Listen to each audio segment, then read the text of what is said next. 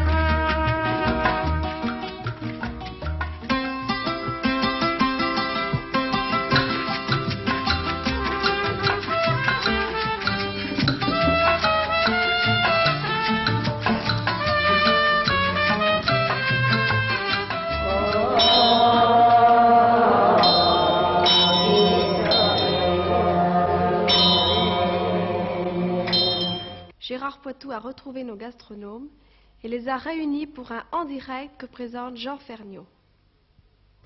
Mesdames et messieurs, bonsoir. Nous voici réunis à 5 pour parler de nourriture terrestre, cuisine, vin et toute la poésie, du moins je l'espère, qui accompagne la gastronomie comme tous les arts. Mon nom est Jean Ferniaud et je signe l'oncle dans l'Express. Voici maintenant les camarades qui m'entourent. Henri Gaud, de Paris Presse, Henri Philippon, de Valeurs Actuelles, Larénière, de son nom Robert Courtine, du Monde, et enfin, l'homme que nous allons, si j'ose dire, mettre sur le grill, Gabriel Asfaux. Avec son frère jumeau Guy, ils tiennent un restaurant bien connu des gourmets, rue Faidherbe, à Paris. Voici donc 5 personnages en quête de saveur. Commençons. Moi, personnellement, j'adore ce que nous avons bu, c'est-à-dire un grand sauterne. C'était du Château d'Yquem, qui est le meilleur des sauternes, donc il n'y avait aucun problème, c'était une bonne année. Et avec le foie gras qui ne supporte presque pas de vin, à mon goût. C'est peut-être pour ça qu'il faudrait mieux servir le foie gras après les plats, parce que sinon pour le foie gras, du moins pour le vin, on en profiterait bien davantage. Ben, c'est-à-dire qu'il faut savoir si on mange pour manger boire, ou si on mange pour boire. C'est-à-dire que si on met le foie gras à la fin, on apprécie moins le foie gras, et peut-être plus le sauterne, justement. Et si on met le foie gras au début, alors, au fond, peut-être pourquoi du sauterne? Enfin, c'est un grand vin, je le sais, c'est un merveilleux vin. Je pense que du vin rouge va aussi bien avec le foie gras. Autrefois, on disait qu'il fallait que ça soit avec du Haut-Porto ou du Cahors. Malheureusement, il n'y a plus ni de Haut-Porto qu'on appelle Porto, ni de Cahors.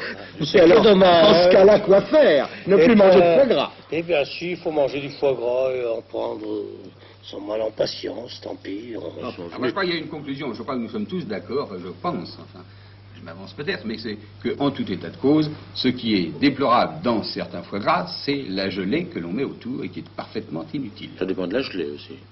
Non, de toute façon. Ça dépend de la gelée, ça dépend de la gelée. De toute façon, il rend un peu de gelée quand même, très légèrement. Naturel. Il faut l'écarter, Oui, faut l'écarter. Au moins quand il ne rend pas de graisse. Il en rend un tout petit peu. Foie de aussi, canard, enfin, beaucoup de graisse. il rend tout de même un petit peu de graisse. Mettons 10%, 20% de graisse quand même. Dans un foie gras de qualité, parce qu'un foie gras de qualité rend toujours un peu de gras. Le préférez-vous des Landes, du Périgord ou d'ailleurs. disons d'Alsace? L'Alsace, je crois que le foie gras d'Alsace vient surtout des Landes et du sud-ouest. Alors, bon. L'Alsace, avant, on faisait des grosses tourtes de foie gras, hein, chose qui ne se fait pas du tout dans le sud-ouest. Qui vient du Périgord. Monsieur Philippon est lui-même du Lot, donc tout ce qui va être dit maintenant va être de parti pris. Donc, bien entendu, car nous allons maintenant aborder le problème du vin de Cahors, et Monsieur Philippon va nous dire, le vrai vin de Cahors. Philippon. Il n'y a plus de vin de Cahors. Il y a du vin qu'on fabrique, enfin qu'on prépare, qu'on tripote. Il n'y a plus de vrai vin de Cahors.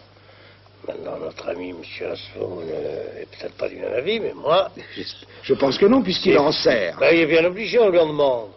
Si vous me dites qu'il n'y a pas plus de 24 heures, il n'y a plus de Beaujolais non plus, il n'y a plus de champagne non plus d'ailleurs, parce que les champagnes, n'en parlons pas. Oui, ça c'est vrai aussi, mais il y a... Ne parlons pas des Bourgognes non plus. Oh, mais là, monsieur. Mais il y a Bourgogne, très peu de problème. Alors, Si vous parlez un peu de l'eau ce qui n'empêche, c'est que la France, il y a encore du vin, beaucoup de vin.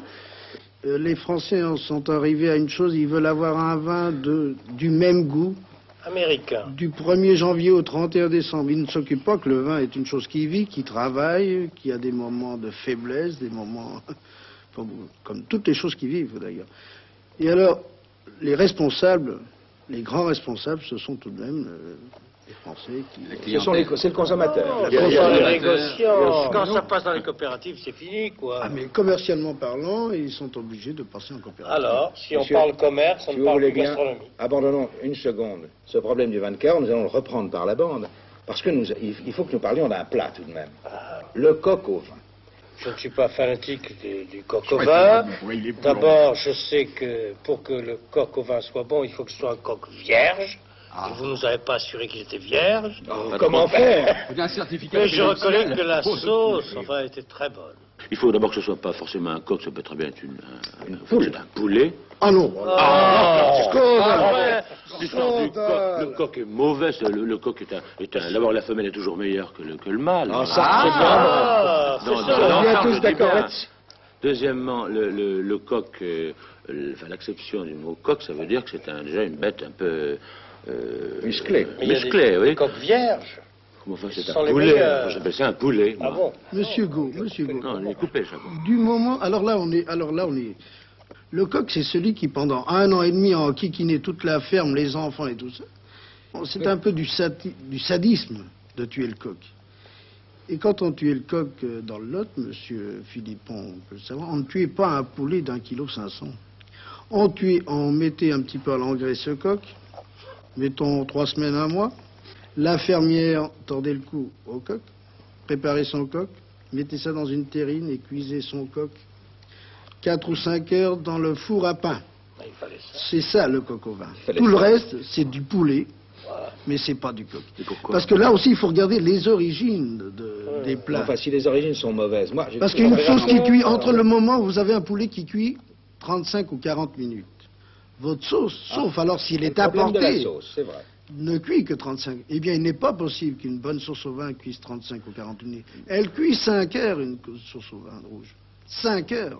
3 heures de coq et 2 heures après.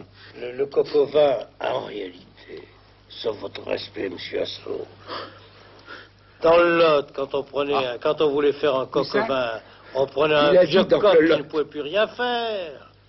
Et il fallait le Et du manger vin qui ne pouvait quand plus rien même. faire aussi? Non, on mettait du bon vin de l'année, là.